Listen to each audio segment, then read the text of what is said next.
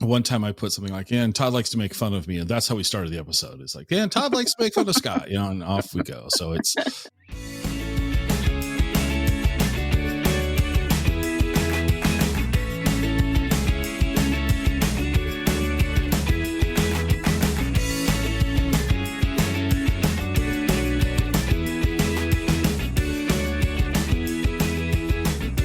Welcome to the Exploring Washington State podcast. Here's your host, Scott Cowan. All right. So my guest today is Linda Zopfi, who has promised me that she will not talk like a truck driver. I couldn't All resist. lies.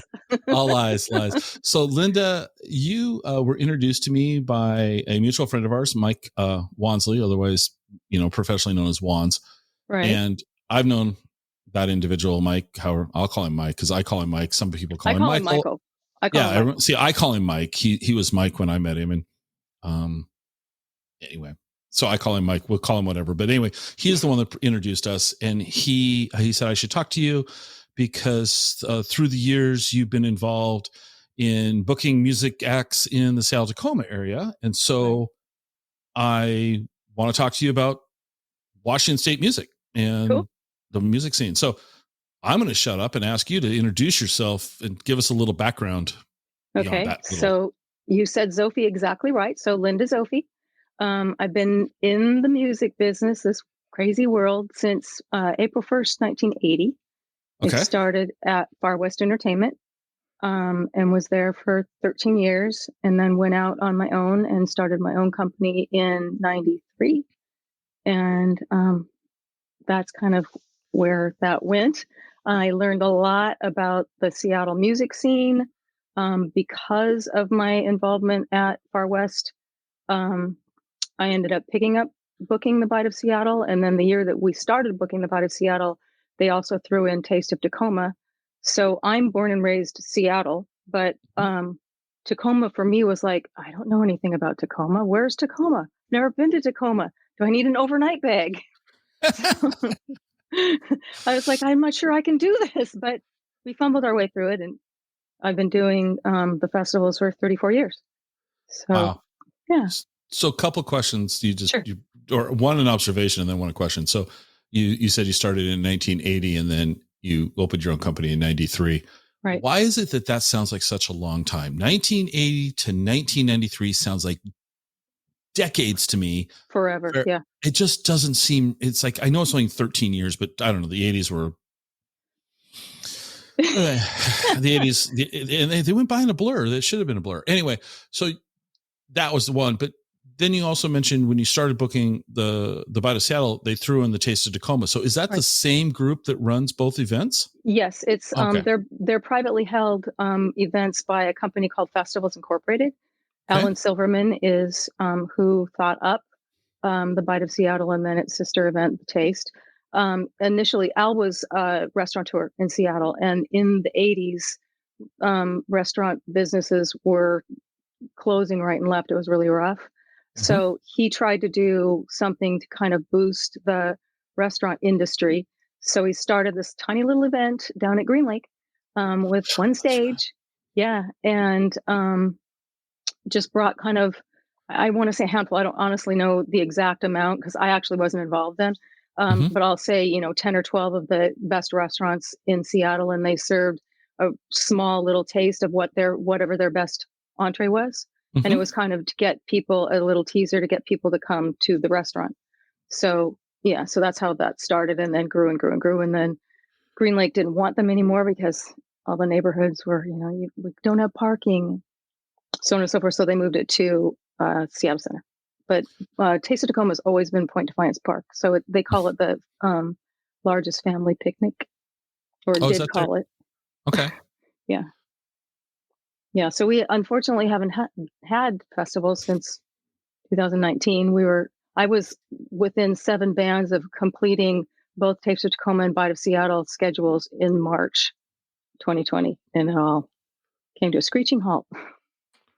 So when you started, let me ask this question this way. So when you started in 93 booking, how many bands were you booking? Well, my business has always been client based. So my deal was I wanted to be the one stop shopping for whoever, whatever you were looking for. Hmm. So primarily, what I was doing with my own company was corporate events, and both local, regional, and then name talent stuff. Hmm. So um, I've never really specifically booked certain bands. However, through the years, I've also gotten to be really good friends with certain bands. And they're Hmm. like, we don't want to deal with this. We want you to deal with this. We want you. So, this is my full time job.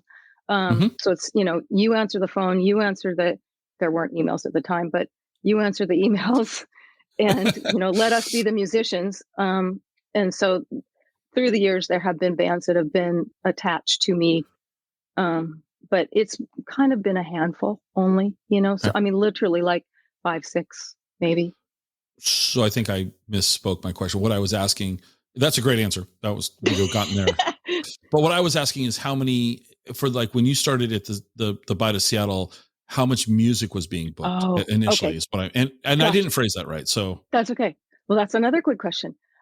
So the bite started out Tacoma had one stage and 3 days of music. They vacillated between 3 and 4 days, depending on where the 4th of July fell.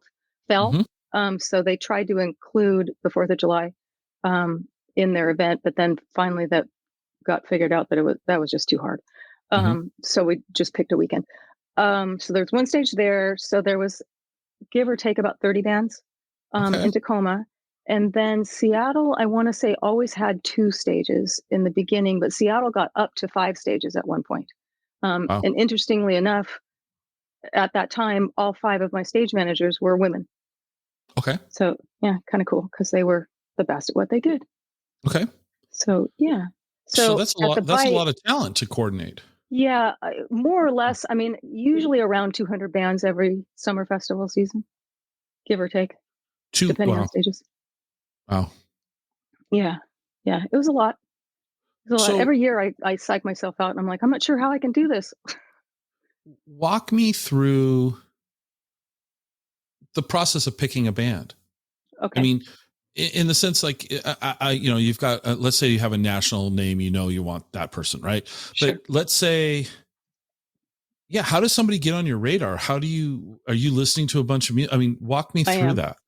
Okay. So back in the day, people used to mail in cassette tapes, or then CDs, but Okay. was cassette tapes for years and years and years. And I mean, there was no such thing as any sort of online demos, whatever. So I would get literally tapes wrapped in toilet paper, and you'd open the envelope and it would smell like smoke. And you're like, okay, this person's a smoker. But I had to go through personally every single one of the submissions that came in, and there was an avalanche. And there were certain days that I would sit down and it's like, okay, today's the day I've got to listen to these tapes.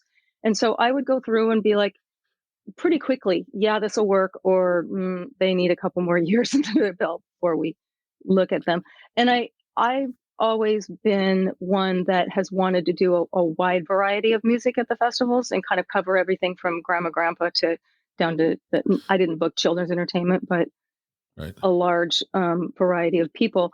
We, at one point or another, because of the stage sponsors, specifically at the Bite, the radio station sponsors, we Hmm. leaned music a little bit towards their genre, but still within that, even mixing that up, still there was a fire dance group that we had that was on the classic rock stage, and not that any of them go together per se, but it was a cool the fire Right. thing was like, okay, they closed actually for several years at the Bite on a Saturday night. And that was just a cool thing that I wanted to do because I met the Hmm. people through the corporate work. And so we kind of included that kind of stuff. But yeah, there's a So wide you were variety of people. so to get to 200 acts for a season, how many did you start out? I mean, how did you? Yeah, I mean, how many? I'll say Hundreds, bands, but yeah, I mean, hundreds.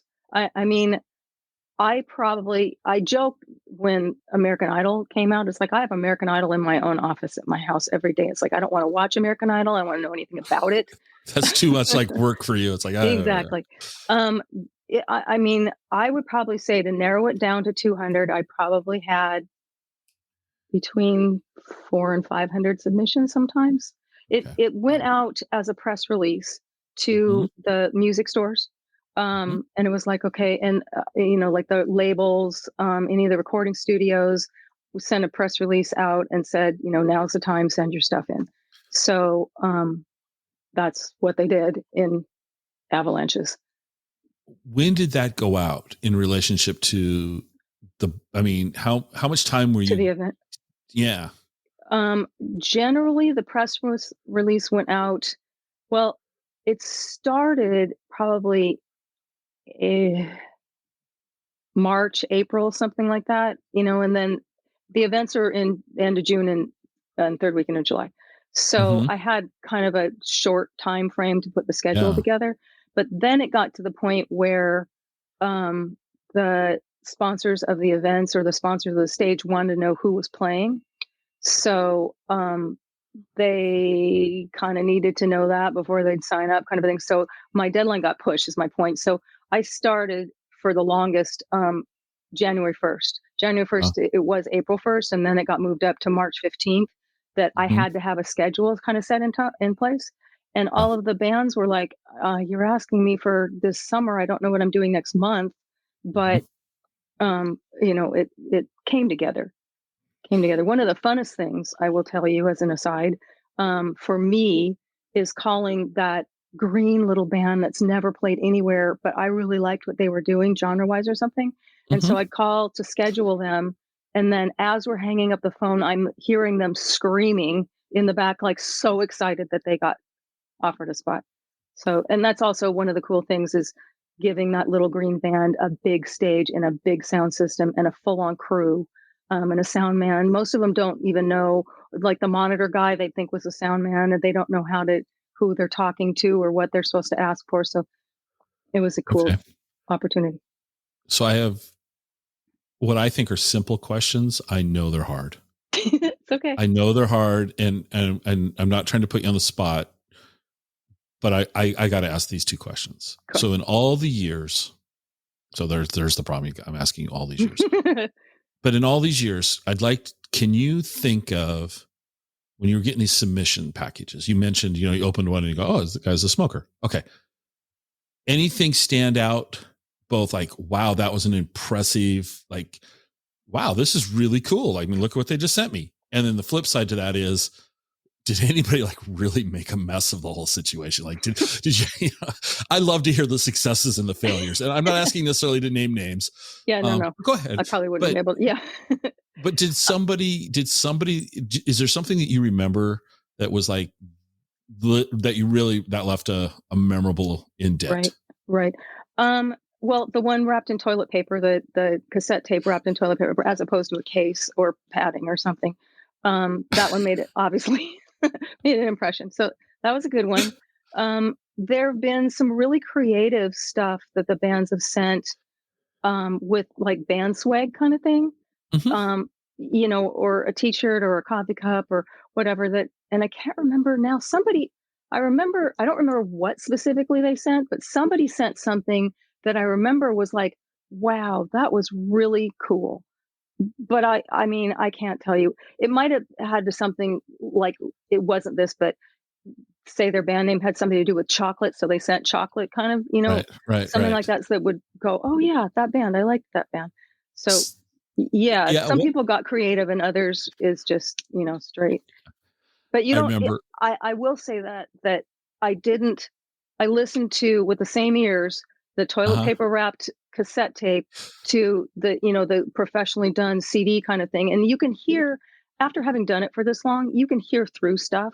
So that's Mm-hmm. why I would get a lot of people, particularly original acts, would be like, well, we've just got like the dirtiest track and it's Mm-hmm. not been mixed or whatever. I'm like, send it. I can listen through it.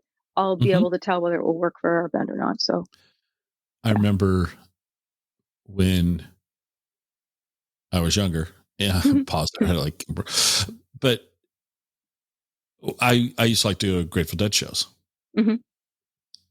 and to get mail order tickets, people would do artwork on the envelope, thinking that Oh, That cool. the Did people that somebody? would, but the dead would actually, there's websites where you can see all this artwork that people have done, That's so and cool. and intricate, crazy talent. And I have no artistic talent at all. And we did win the lottery, and we got tickets to the last shows that they did, what, in 2015 in Chicago. And we drew on our envelopes and think, oh, we get one day, we'll be happy. Well, we got picked for all 3 days.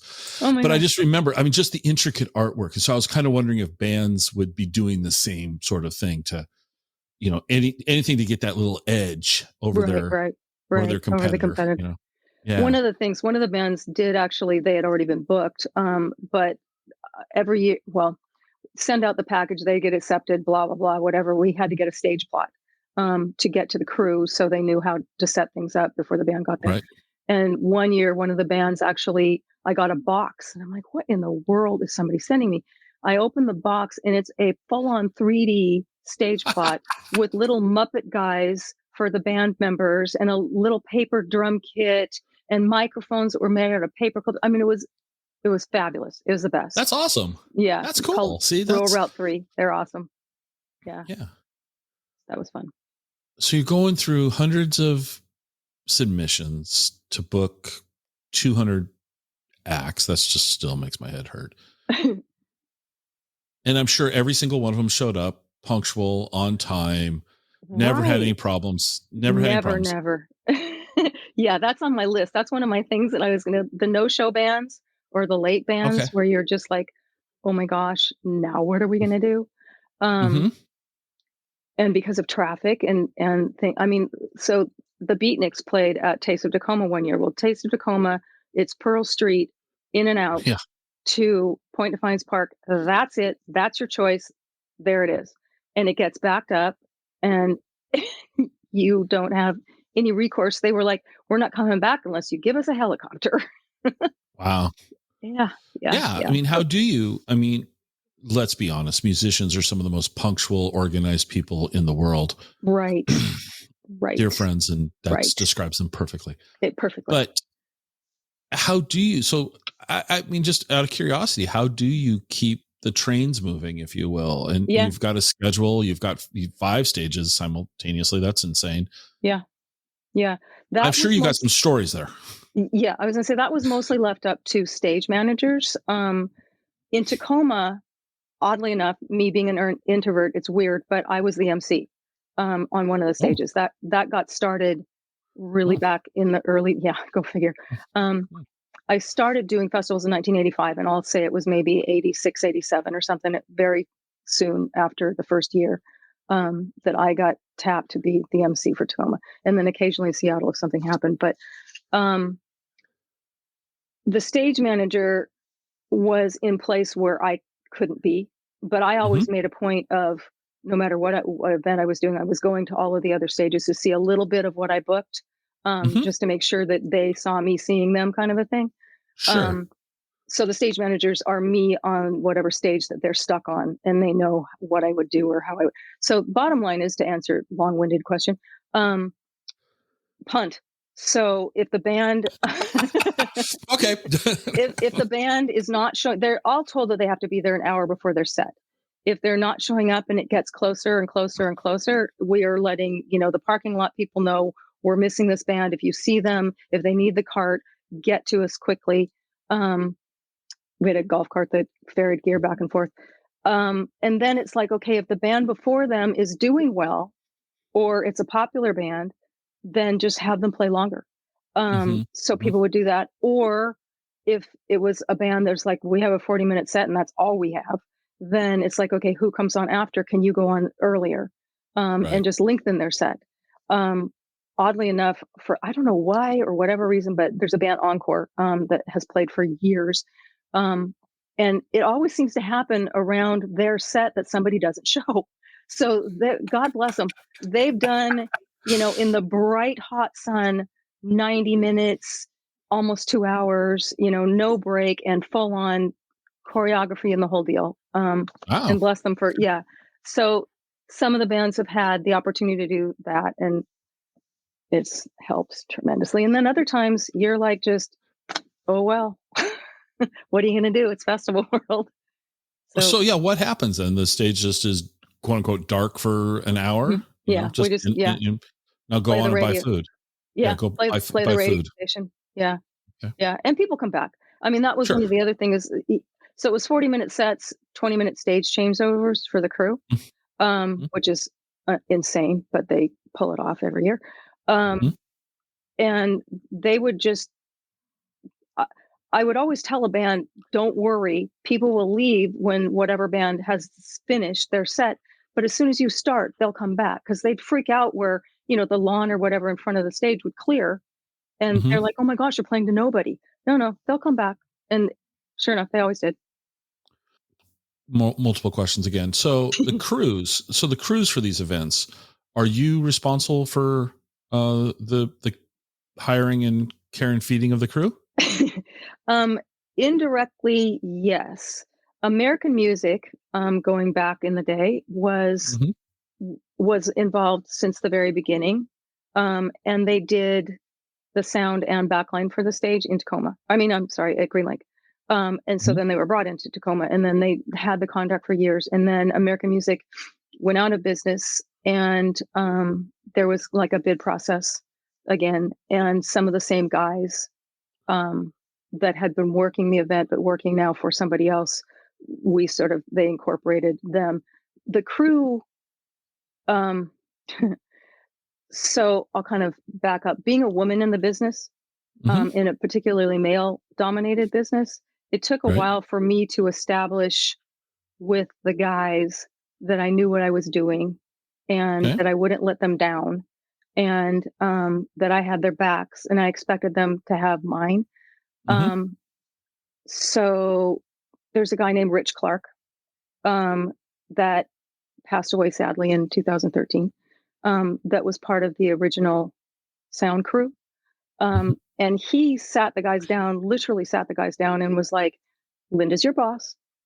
Linda's the bottom line. If she says something, that it's what you got to do. And I expect you to give her respect. And it Mhm. was, they did. There was one guy was laughing because there was one guy on his crew that literally came up and said, "Who's my boss?" And Rich is like, "She is." Like, oh, okay. And I don't know what his deal was. And I'm like, sorry, dude, you're working for me. Um, so yeah, yeah, yeah. But the crew was fabulous. I mean, they it's 3 hard days, and like I said, with a 20-minute stage changeover, that's insanity. But with the backline there, it's not as bad. But I mean, I booked bands with huge horn sections and a whole slew of vocalists or a gospel choir. And they Mhm. had to, on the fly, get it done, get it done, get it done. And we were known for staying on schedule. That was one of our big things. The other question I had is about the bands. Are the bands compensated? Are they paid to perform, or is this like an event where they're not paid, but they get, in front of eyeballs that they wouldn't get in front of normally? Good question in that the latter. It's a promotional performance Hmm. and always has been. And there's a lot of people that's kind of a controversial kind of situation. There's a lot of people that don't subscribe to that, and that's okay. They don't need to play. We don't, it's like I'm not, yeah, it's not trying to twist anybody's arm. It's you play because you want to. You want to be there for any number of reasons for playing for your family, playing for your kids, playing outdoors, playing because your other friends are playing and you guys Hmm. all want to hang out. I mean, it's just wide and varied. But like you said, having eyes see you that wouldn't necessarily go to the club to see you or didn't know to go to the club, but now that they have, they will. So, yeah, Can the could the band sell merch? I mean, do they? 100%. Okay, Yep. so they could, if they are skilled at merchandising, they could do quite well. I And a mean, lot of bands did. We had people come from California that submitted and drove up and sold all their seats, sold every single one of the CDs that they brought wow. and were able to drive back on the money that they earned and then some, so everybody was happy. But yes, a lot of people sold a lot of merch, and that's for sure. And they Okay. kept 100%. Yeah, Well, you just said something that's interesting. So even though my podcast is about Washington State, and we were talking about the Bite of Sale and Taste of Tacoma, but sure. what's the farthest a musician or an act travel to perform at one of these that you can think of? You said California. So is there any California's the farthest? Yeah, I think That's so. I mean, people came, I want to say from Idaho, but that's still not as far. We got a lot of bands, a lot of submissions from Oregon. Okay. Yeah, I would say California is the probably furthest. Yeah. Yeah. It was fairly prestigious, I have to say, to be asked to play for a number of years. A lot of people were like, "Oh, you're Linda, you do the Bite of Seattle." I'm like, "Oh Lord, what have you heard?" It's funny for me now. Also, there's bands used to tell me that they were like super scared of me. I'm like, "Why? I'm not a scary person." They're like, "Oh, well, you just had this reputation." Now they're like dear friends, but before they're like, it was like, "You call her, no, you call her." Like, what? Can you, I guess I'll ask you to name drop. Okay. Can you name drop any bands that might have played on either of the stages that have made it big? Like, we saw them in their, people. Yeah, for sure. There's a couple that come immediately to mind. Vicky Martinez being one. So Vicky, the first time she played in Tacoma, I think she played in Tacoma first because she was from Tacoma. 2002. Wow. So in addition to having people submit promo to me, if there was somebody that I was on the fence about, I would go out and see people as well. That'd be the part of the job I'd hate. That'd just be horrible. Have to go out and see live music. Yeah, right. Rats. I'm sorry. Jeez. I'm kidding, people. Sometimes people take me serious. No, I'm kidding. That'd be awesome. But so Vicky was in a talent show. And I was asked by somebody that had played the Bite of Seattle previously and had put this talent thing together. He's like, "Would you be one of the judges?" I'm like, "Oh Lord, really? You really want me?" Oh man. And this was kind of when Simon Cowell first came out and all of that. And he's like, "Yeah, because you'll be the Simon Cowell." I'm like, "Oh, for crying out loud. I've got that reputation."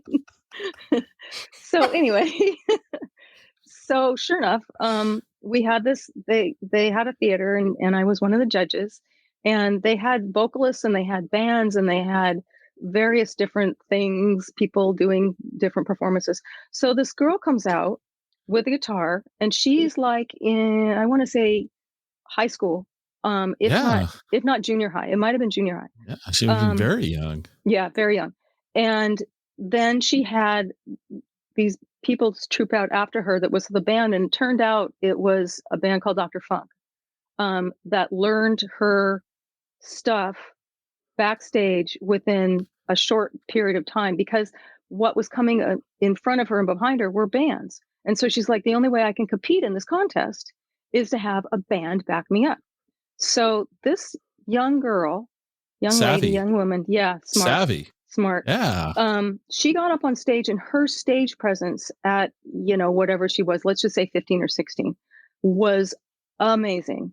And the band did a great job backing her up. And I don't think she won. But nonetheless, I looked at her and was like, wow, she's somebody. Then I went, wait a second.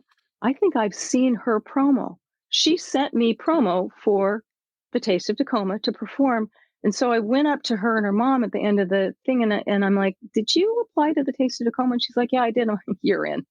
So for years, I had Vicky play until she actually really kind of hit. And then sadly, she's like, I'll come back and play with you anytime. I'm like, yeah, well, I won't force you. So she's one. That's cool. Yeah. I don't know if you go back long enough to know Dan Reed Network. Oh yeah. You remember that? Okay. So I know Dan Reed Network. Yeah. So Dan Reed. He's living in Slovakia, I think. Yeah, I was gonna say Russia somewhere. Yeah.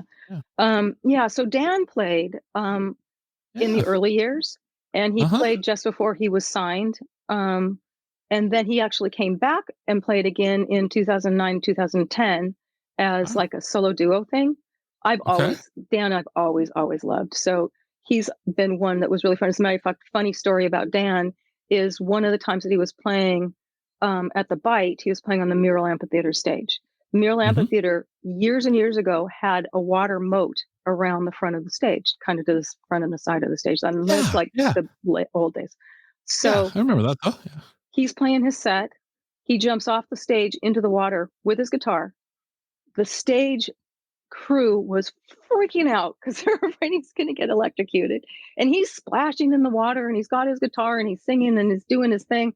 And it got back out. It's all good. Everything was fine. But that was like the crew about lost their marbles. I'm sitting here going, yeah. Wow. Yeah. Okay. Yeah. So let's see. Aaron Jones, he played 2012, 2013. Yeah, he's out on a national tour now. Yeah. I think his own solo. It's been really fun to watch some of the people that it's like, oh, back in the day, we had them. So one of the radio stations for a long time did like a label deal where they would bring somebody that was looking for exposure, that was young, to play the event. So they were sponsored. They brought Sass Jordan, who at the time, I don't think she's out anymore. I don't know that she means anything to anybody at the time, but at the time she was like pretty big. We had Meredith Brooks play, who was known. She was local here as well, actually Portland, but was known for a song called "I'm a Bitch" that kind of took off. It was like one hit wonder kind of thing. But maybe I'm thinking of somebody else. Okay. Actually, Train played in 1998. Oh. So they were brought by one of the radio stations. Colin James, Michelle Branch, and Willa Ford. Actually, we had Don Ho play in Tacoma in 2001. And then I know we've talked about it before. We had Tower of Power and the Village People for the 1 year, and I can't tell you what year it was. I can't go back that far. My memory doesn't stretch that far. But it was the 1 year that the Seattle Center decided that they were going to gate the Bite of Seattle. So to offset the fact that they were going to charge a cover charge, we brought 2 name talent bands. And I still have the feather from the Village People Native American chief guy. So that's and then one of the fun stories about the construction worker, we didn't have a green room anywhere near the stages. So they had to use a conference room inside the center house as their green room. And I'm trying to hustle them down to the stage because it's like close to getting on time. And the construction worker had to put his blue sequins on his eyelids, and I had to wait until the glue dried. I'm like, dude, just get on stage. But so when they played, they actually built the stage for the first one and done ever, never happened again, but built a stage over the fountain. So the actual stage, well, they obviously didn't run the fountain that year, but the actual stage was out in the middle of the fountain. And then we had this ramp that went to the stage. So you can imagine getting gear on and off the stage was a lot of fun. But there was Corla Weigel. I will never forget. She was deathly afraid of heights. So, and her band's playing and she's the lead vocalist. And so I had to walk her across this ramp, and I'm like walking backwards across the ramp, and she's walking, and I'm like, just look at me, just look at me, just look at me. Don't look down, just look at me. And we're like inching our way. So that was one of the fun stories about, getting people on stage. So I think that's kind of the names that I came up with that went anywhere. There've been a lot of people that have kind of, hit or sort of a little bit locally, but like who? Give me a couple names. Rats. Naturally, you're going to ask me. Of course, I'm going to put you on the spot. Come on. Lady A. You might know Lady A from she's going through the Lady A issue right now with getting her name. Bernadette Bascom. Bernadette has been kind of a local blues R&B, but she's kind of local legend around the area. Fat City Smokehouse kind of did some stuff for a while. Greg Fisher did some stuff. Let me ask you this question. Yeah. Through all the years. Now you book these bands, you listen to tapes, you might have gone and seen them in person. Did somebody come up and surprise you? Like you were watching their set and you're like, wow, I had no idea. Like, like either Yes. good or bad. Wow, I had no Yes. idea. But Yes. Sadly, there's always one per year that either their demo, or in this case, like online submission or something. Now you can pretty up a dog on the internet. Okay. Yeah, and it was like, whoa, boy, that's not what their demo sounded like at all. Well, not to name names, because I don't want you to, because do I that. can't. But in what way did they, like, just no stage presence, terrible musicianship? Yeah. It just didn't have, like, they might have had one or two songs, but they definitely didn't have 40 minutes worth of material to actually play a whole set, or they sounded great on their demo and it just didn't translate live. Have you ever had to? Did you guys ever like give the hook to any band? Like, did you? No, they off the stage. Did it themselves, or they play their little set and then they'd be like, okay, that's all we have. So yeah, we've gone short a few times, and there's actually been a lot of pleasant surprises too, where something's like, oh my gosh, they were just really good. I can't specifically tell you, right, that a band that knocked my socks off. Well, like do you remember Jambalasi from back in the day? Yes. Okay, yes, so I do. Andy O used to sing with Jambalasi in the beginning, and then Andy went out and started his own deal, and they got a guy named Alex Duncan, that was originally from St. Kitts, and Alex was kind of he was young, he was really young, he was a new kid on the block. He came and he was my master of crowd control. He got up on that stage and he'd be like, come forward, come forward, come forward. And they would just, like little sheep, come forward. And then he would get them. And then he'd be like, okay, we're moving to the left, we're moving to the right.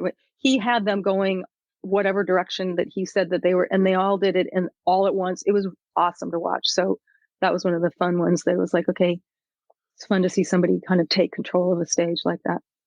Okay. Any weather related disasters through the years? Yeah. I hate to bring up all the bad things, but come on, okay. it actually is always entertaining. Yeah. And we all learn something from it. Yeah. For many, many years, we did not have stage cupping because they didn't like the way that it looked. So they wanted it, big, open, outdoor stage. So, not only did we have sunburned people, and sunburn crew really badly. We had other occasions where there was so much rain that they had to get like squeegees out to squeegee the water off the stage before the bands could get on stage because they were afraid they'd electrocute. So yeah, it's like a mini Woodstock. Yeah, a little bit. Tacoma, Seattle didn't rain. Seattle, the third weekend in July was chosen specifically for a reason, and because it's the sunniest. Right. Tacoma was typically always that last weekend in June, coming on the 4th of July, which is notorious around here for rain. And we got it more often than we didn't. It was interesting, though, in Tacoma, my running joke was I always booked a band called Po'okela Street Band that was from Hawaii and did Jamaican Hawaiian. And every year that they played, if it was raining, it would break sun on their set. It's very weird, but it always worked. Okay. Yeah. But we had some like over 100-degree days in Tacoma that were insanity. And then Seattle too, when it's all that cement, gets really hot. Yeah, that's I wouldn't want to. Yeah, that'd be tough. Yeah, that was a rough one. But so that's kind of the weather stuff. We ended up, for the past number of years, they did put a big stage covering. So why do you think the Bite and the Taste have stayed so popular through the years? Not just from a food standpoint, but you've got more bands applying every year than you have spots, right? So they still. Why do you think? What are some of the reasons that these things have endured? I mean, this is a long time. It is a long time. I mean, I think that the Bite of Seattle started out as the only food and music festival, period. They were the granddaddy. They started it. And I think people have a lot of fond memories. There are certainly naysayers, but I think a lot of people have fond memories of the Bite in Green Lake and then Seattle. The one thing, I mean, not to pat myself on the back or whatever, but the Bite and the Taste, I not only booked original bands, but I booked cover bands. And that was a huge thing. There was no place for the cover bands to play. And so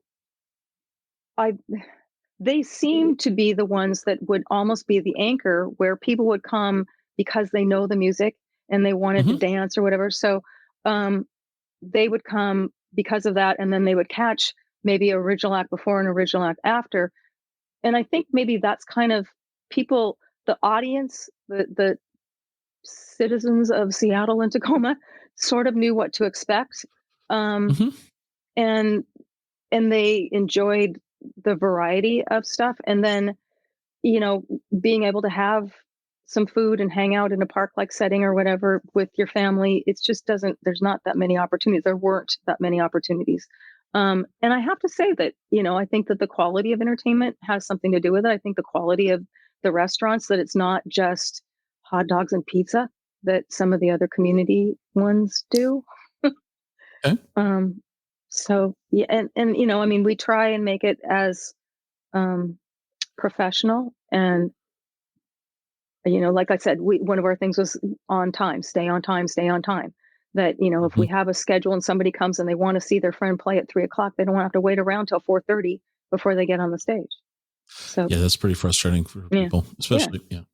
Yeah. Well, one thing you mentioned, and you kind of touched on it a little bit earlier, but I'd like to go back and ask more about that. Is you mentioned, you know, you're a woman in a predominantly male industry. Yeah.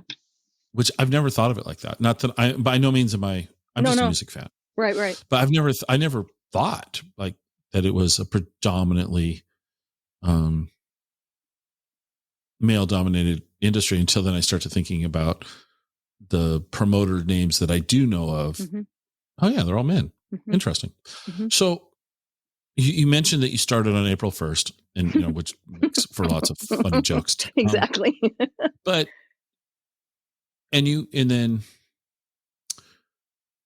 you also told me before when we were talking on the phone the other day that you started off as an office worker. I started off as a receptionist. I answered the phone. Yeah. So you didn't get into this to be, you got into the business, but you weren't a promoter from day one. Right? No, you were, no. And I'm not a promoter now. That I would not. Well, I'm a booking agent. I am not a promoter. Okay. So So you weren't a booking agent when you started. No.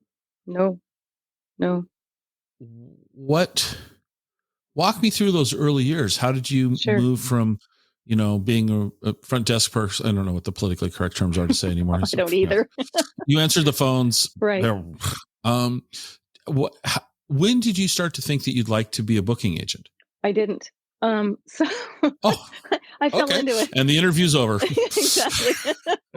So my best friend worked upstairs from Far West Entertainment. They were looking for a receptionist. I applied for the job. I did my little typing test and I went on about my business. I was unemployed at the time, so I was looking for work. But I didn't really think I wanted to be in the flaky music business. And it took them quite a while to actually get back to me. As a matter of fact, I had to call them and go, look, if you want to hire me, but if you don't, I've got somebody else that wants to hire me and I have to go back to work. I was just 21, just barely 21.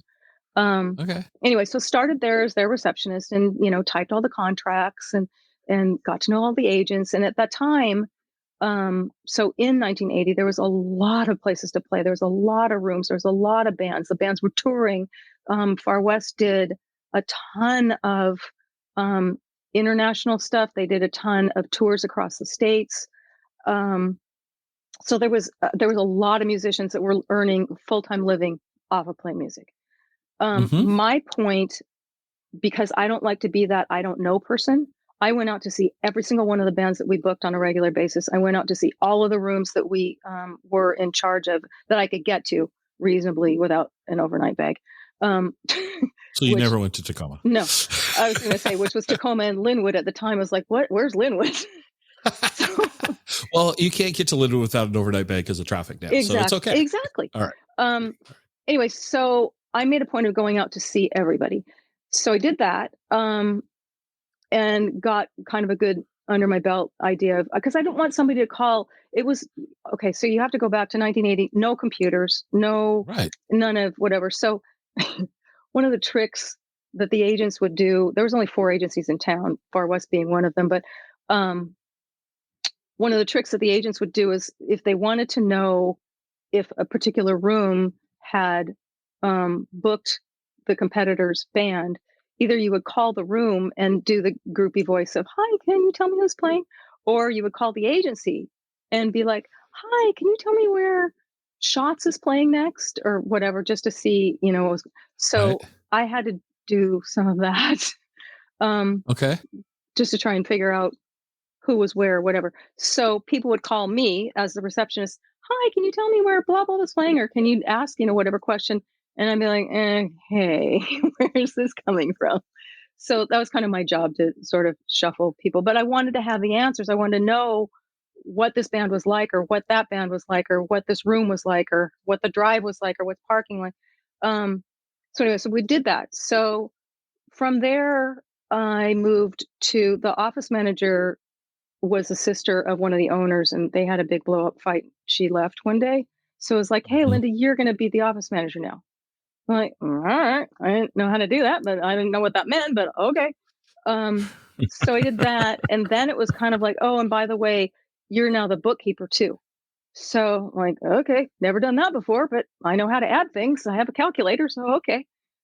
So then I was in charge of collecting commissions, which was not fun to have to go to band members, houses would be like, "Hello, you owe me commission because it's part of my paycheck payout."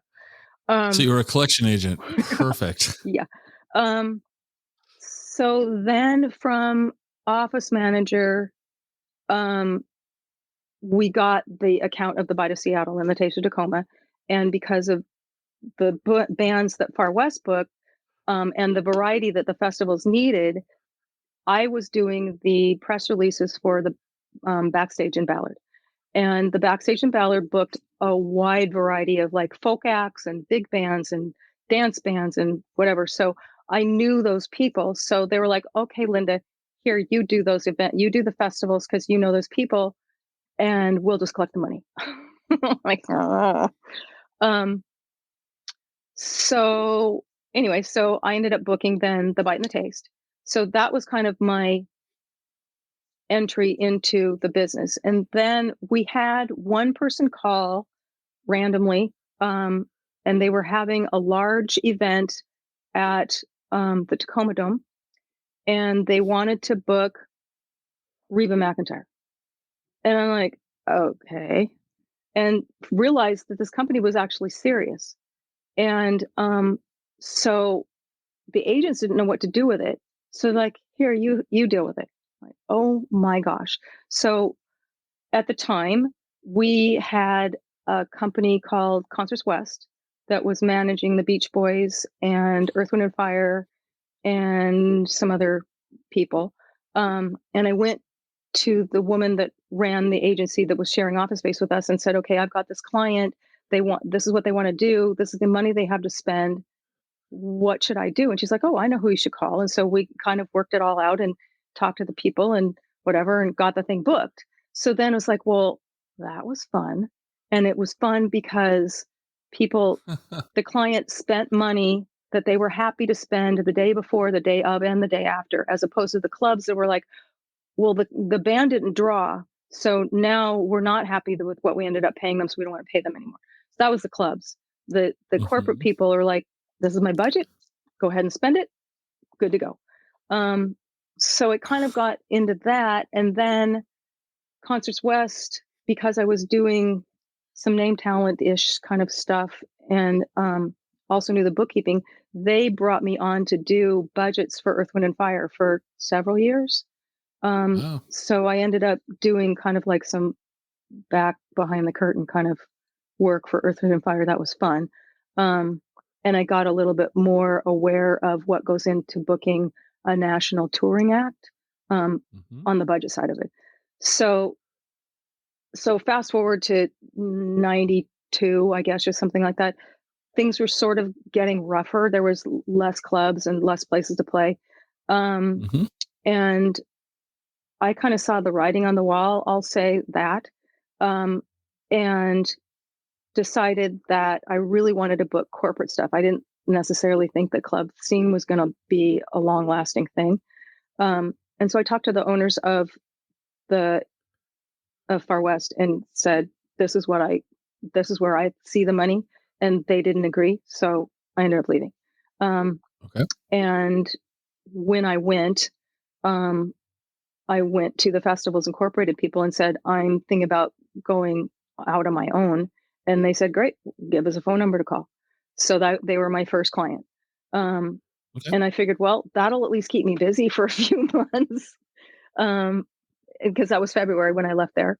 And so kind of the rest is history. So I did a lot of name talent booking. I did a lot of corporate event booking.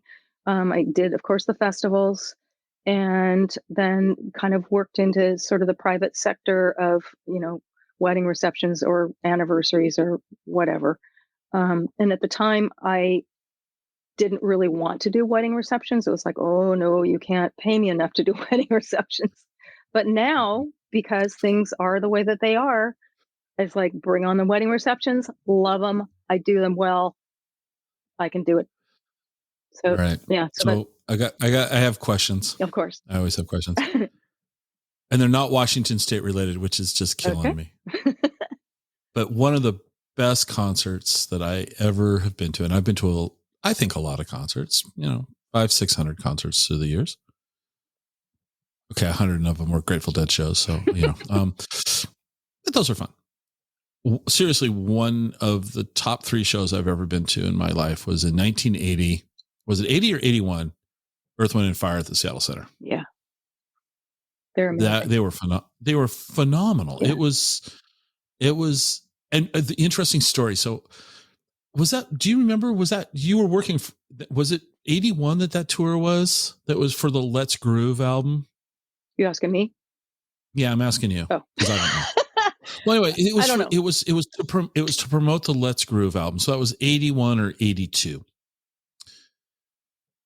And we had tickets, and we were in college at the time. We had tickets. We came over. And there was like 4 of us.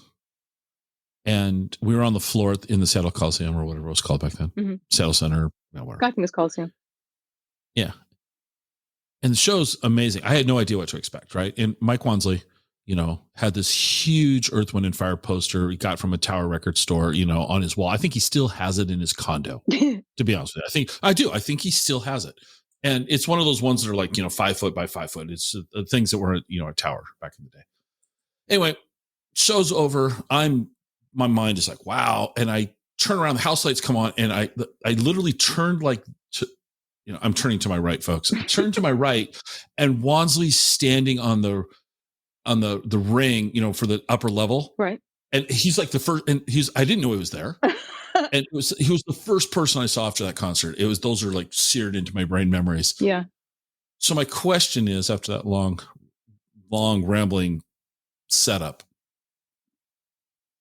was it fun to work around Earth, Wind and Fire? It was. I didn't get to meet them much.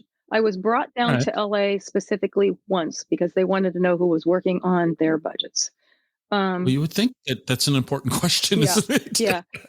We've all heard those stories. Yeah. So I met Verdine and Philip, but it was ever so briefly. And I was so young, Scott. And at the time, I loved Earth, Wind and Fire. But it's mm-hmm. like so often I want to kick myself because things happened that I think back on now and go, why wasn't that a bigger thing for you? But at the time, it was kind of like, okay, great. Yeah, hi, I'm Linda and I'm working on your budgets. And there you are, there you have it kind of a deal. It wasn't like, but I've never been starstruck over anybody that I've ever booked name talent wise, except, this will be controversial, Bill Cosby. And it's because I grew up with Bill Cosby. Bill Cosby was always the Jell-O guy, and I loved him. And he was nothing but delightful when I booked him. But it was like, oh, you're just Bill Cosby, but you're Bill Cosby.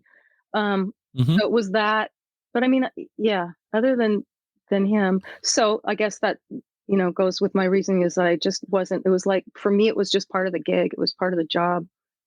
Well, and at the end of the day, they're They're all people. celebrities, athletes. They're all people. I mean, Yeah. at the end of the day, they're just particularly well known for being a musician or an Right. athlete or an Right. actor, right? Right. They're just normal in every other endeavor that, but I feel like I need to keep asking you questions. What haven't I Okay. asked you that was on, because you put together a framework, which is I pretty cool. did. What else didn't we? Well, I know another question I want to ask you. Uh-huh. So back when you got started, you said you went to all the clubs and you were checking them out because you wanted to know. Going back, putting you on the spot back in the early 80s. Okay. What were some cool Seattle clubs you liked? Like, Pier where 70. did you like to go see music? Pier 70 was where we Okay. hung. Yeah, for the most part. Pier 70 and Astor Park were kind of the two places. So the Astor Park had most of Far West bands. And then Pier 70 had most of the dance bands that were booked by William Stefan and Associates. So they were the competitor. So I kind of, went to see but we had bands, we had the Far West bands play down there as well, but it was always fun. We were dancers. I was brought up, I'm an R&B funk girl from the Okay. get-go. So we danced, we were dancers, we would get together. This is horrible, but, during high school, one of our friends' mother was kind of MIA. So we would take over the house. We would have keggers and roll up the carpet and dance and dance and dance and dance. And then when my curfew came, I went home because I had strict parents. Did you grow up in the Seattle area? I did. Born and raised in View Ridge. Okay. Yeah. Just above Magnuson Park, or it was called Sandpoint Neville Station when I was down there. Right. Yeah. I don't remember. Did Far West book the Heats? Yeah. Yeah. Far West booked pretty much all of the original bands. So the Heats, the Cowboys, the Allies, Rail.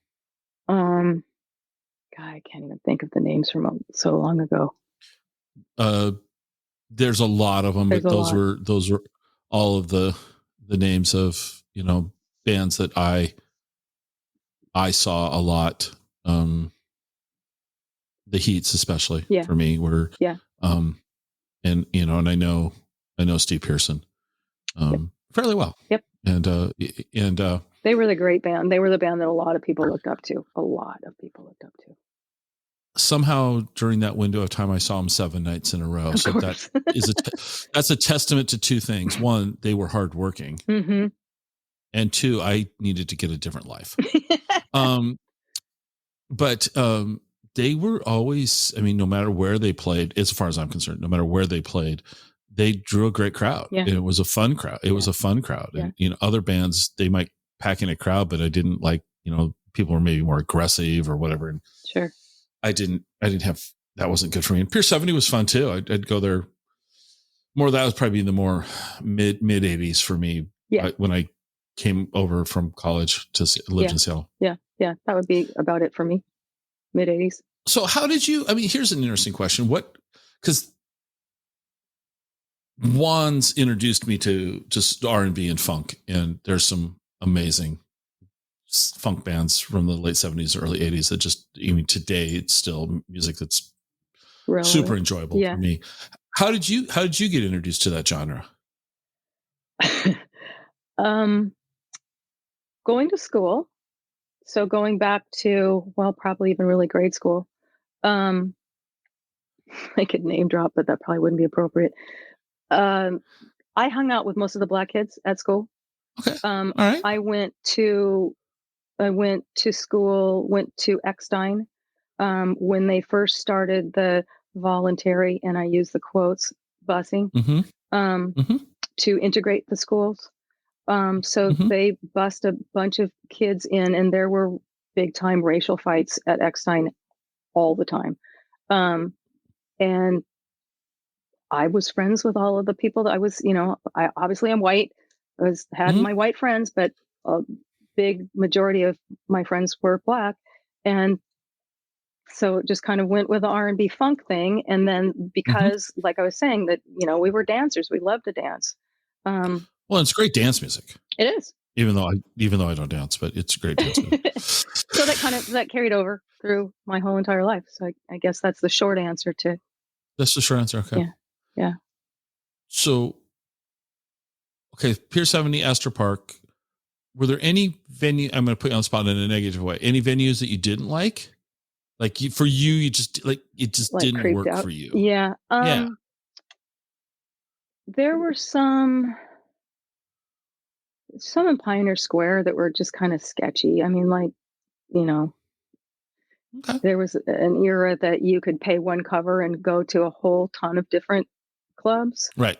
But it was just the area was sketched to the point where, it just didn't. Us in our short little skirts and high heels walking down the streets of Pioneer Square.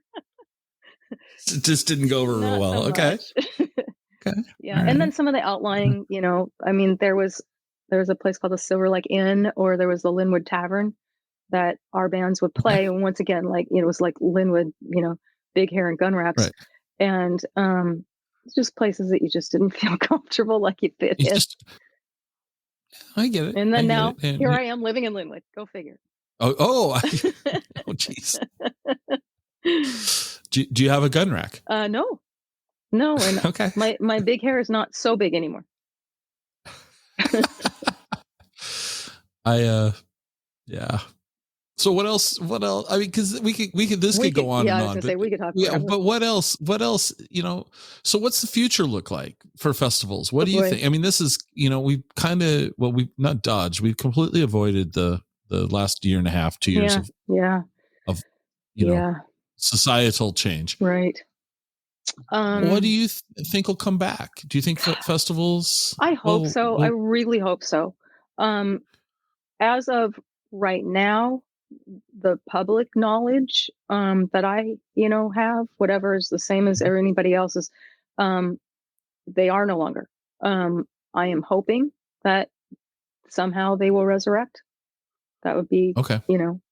That would be great. So right now you're telling me that at this point, I mean, the Bite and Taste are not likely to show up in 2022. That might change. Yeah, that may change.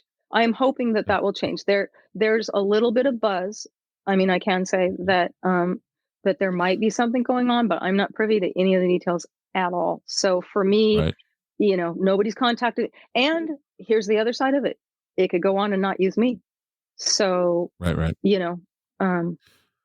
I don't. Are corporate gigs coming back? They were, but then they started to cancel again. People are just not comfortable gathering large groups. Although I got a request for proposal a couple of days ago for an event in January that's for 6,000 people that I have a hard time believing is going to fly, but we'll see. Right. We'll see. Okay. Yeah. So I mean, let's hope so, because this is how I earn my money. Well, not to discount how you earn your money. I don't mean it like that at all, but things like the Taste and the Bite and an event that I really enjoy going to that's not in Seattle, it's in San Francisco, Hardly Strictly Bluegrass. Have you ever attended that? Nope. Golden Gate Park, 7 or 9 stages, I can't remember. Over 3 days with 1 million people. Oh my gosh. Over 3 days. That's national acts. That's crazy. It's free. Oh, wow. No wonder there's so many people. It's there was a billionaire in the Bay Area. He's passed away. And I want to say his last name's Heilman, like the mayonnaise. I don't know how he made his money. I can't remember. He loved music and he kind of loved bluegrass music. And he started this festival and it's grown into not just bluegrass. It's, I've seen Dwight Yoakam there, Joe Jackson there, right. Boz Scaggs there, Dave Alvin, things like that, right? Yeah. Yeah. Robert Plant and Alison Krauss played there one year for sure that I know of. I mean, every year their unveiling of who's going to play is pretty fun to watch. And he donated. So he did this festival because he liked music. And then when he passed away, he pretty much set his entire wealth aside to run this festival in perpetuity. That's awesome. And over 3 days in Golden Gate Park, which is huge. I mean, it's a massive park. It's 1 million people that get to see some art. Pretty cool stuff. Be entertained.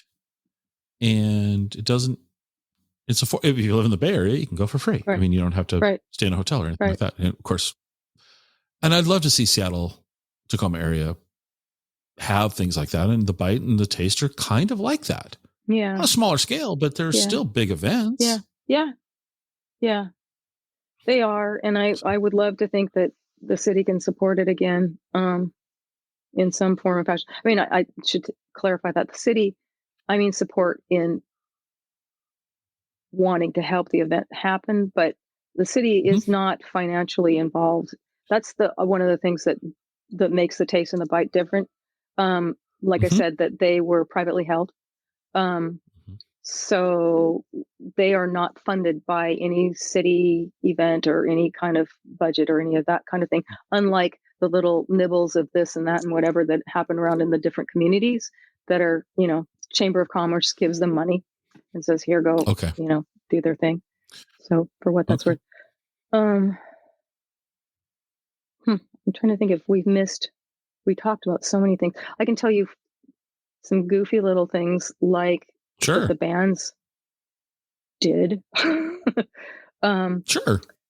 In Tacoma, we had one of the bands that band members, drummers that forgot drumsticks one year. And so he just tore off limbs off of the tree that was hanging over the stage and used those for drumsticks. That was a good one. I actually asked a couple of my stage managers, I'm like, can you think of stories? Because we talked about the lace band. We've also had band members forget their bass or their guitar. So it's like, I'm going to play a festival. Wasn't there something I was supposed to bring?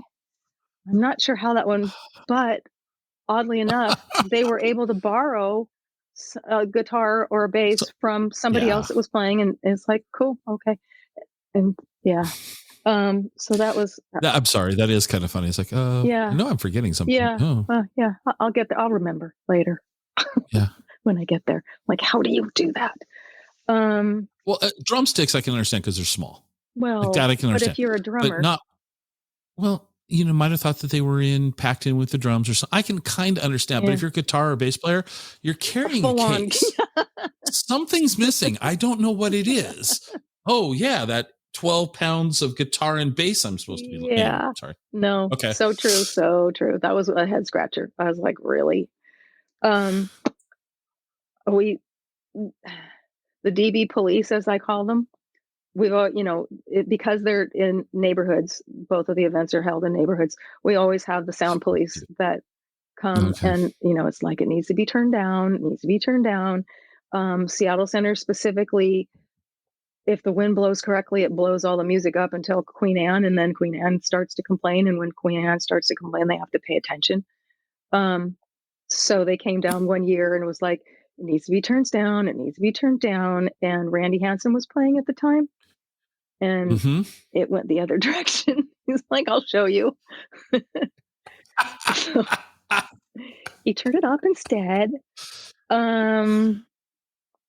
We had crew that one year, one of the stages for the Bite was during the time that the Fisher Pavilion was under construction. It used to be called the Flag Pavilion. So they took all it down. So we had to move the stage that was in that area over to the sort of stair area before you entered down into the Coliseum. And so they built the stage there, and whatever brainiac built the stage, built the sound wings at the back corners of the stage instead of the front. And thankfully for whatever reason that year I was down for setup day, and I'm like, yeah, that's not going to work. Gosh. Yeah. Oh, and then the people watching. We have to talk about the people watching. Oh my gosh. Yes. Okay. Yes. That is some of the most. You've never seen anything fun. Abnormal. Never. But it's like not a lot of people, except for the musicians, get to be on stage. So I'm always particularly when I'm emceeing, at the back corner of the stage, waiting for it to take somebody on, take somebody off, whatever, that kind of thing. So it's really rare that anybody gets to actually see what the band sees when you look out to the audience. And oh my goodness, there's some stuff. So that's always fun. But then we have our cast of characters that come to the events every year, and you have to love them because they're so consistent. This one elderly woman that would come, and she'd be, mind you, it's in June at the Taste of Tacoma, but she would be in a full on wool overcoat and her little pillbox hat with some flowers on it and stuff. And she would sit in the comedy club, and she had this sour look, and she's like, it's too loud. It's too loud. And she would complain to the sound man, but she would stay there all day long. And if she wasn't there, she was at one of the other stages, my music stages. It's too loud. Like, go home. Why are you here? Oh my gosh. And then we had a gentleman named Bill who he must have since passed. He was elderly. He had an acoustic guitar that he would come and had a cowboy hat and his suspenders and his jeans and kind of a heavyset kid. And he was an older man. Anyway, he would play his guitar in front of the stage and play along, with the band. And then the next year, his guitar didn't have any strings. And then the next year, his guitar was just a neck. But he still stand there and play. God love him. And then there's another gentleman named Russell, Russell's been around for years. Russell does air drumming. And the beatnik, so he goes from stage to stage and he'll just drum in front of whatever band. But one year the beatniks played and they had him come up on stage and gave him a drumstick and let him pound on one of the drums. Oh my gosh, he was just like in heaven. Oh, that's cool. Yeah. And then the dancers are just fun to watch. We have the water sprinkler guy and the interpretive dancer. Those are the two that I could think of. So I think that's. Oh my gosh. Yeah. I think kind of we covered most everything else of craziness. I can say made a lot of friends with a lot of band members, and that's one of I was so sad when we couldn't do the festivals because I didn't get to say goodbye to the people or thank you to the people that have played for me for so many years that have become friends because I've seen them for freaking ever and watched. We all grew up together. People got married, people had kids, all of that stuff. My stage manager brought her toddler, and now who's both of them, her daughter and son, grown adults. They grew up at the festivals. Right. One of the women had newly birthed baby. Tiana brought her newly birthed baby with earplugs and handed her over to Fire, my stage manager, to babysit while she was on stage playing. And then we've had people bring their kids up on stage. And so, it's just turned into one of those things where we're all family. Right. And I appreciate all of them. And I appreciate all of I generally will post on Bite or on Facebook after the Bite and the Taste. It's like, you people make me fly. Without you, there is no me. So, yeah. That's awesome. Yeah. That's awesome. This has been fascinating to me. I think it's, being, like I said, being a fan of music, I show up, I listen, I leave. Yeah. Yeah. I got my fun. See ya. Like most people. And yeah. And to hear, through the years, I have friends that are musicians, and so they'll tell me their stories. And sometimes I'll go, when I was younger, I'd go help them tear down or something, sure. things, just stick around. But hearing stories about events and hearing stories about the rooms that, people, are involved in the bands and the characters and all that. It just adds another dimension to my enjoyment of things. So, yeah. I feel pretty lucky to have been able to do what I do for as long as I've done it. And, and just get to experience a lot of that stuff.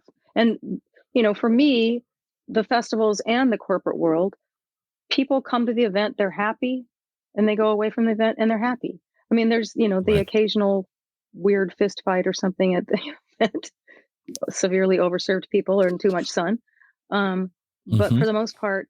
Oh, I thought you were talking about at corporate events. Right. Yeah, that too.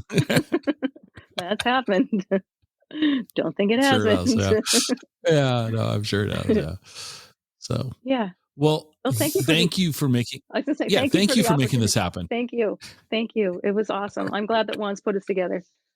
Michael knows a lot of people. As a matter of fact, he was one of the I don't know if I said this or not, but Ghetto Monks played in 1999. And I want to say that's about when I kind of knew who Michael was. It might have been before that. It might have been because he had some of his bands played at or played for Far West. But yeah, that was that's true. Yeah, that's true. I probably was at that 99 Ghetto Monk show. Yeah, no doubt. No, I wasn't. I know I wasn't. No, I know I wasn't. So, okay. Thank you, Linda. I really appreciate you being on. My pleasure. Thank you.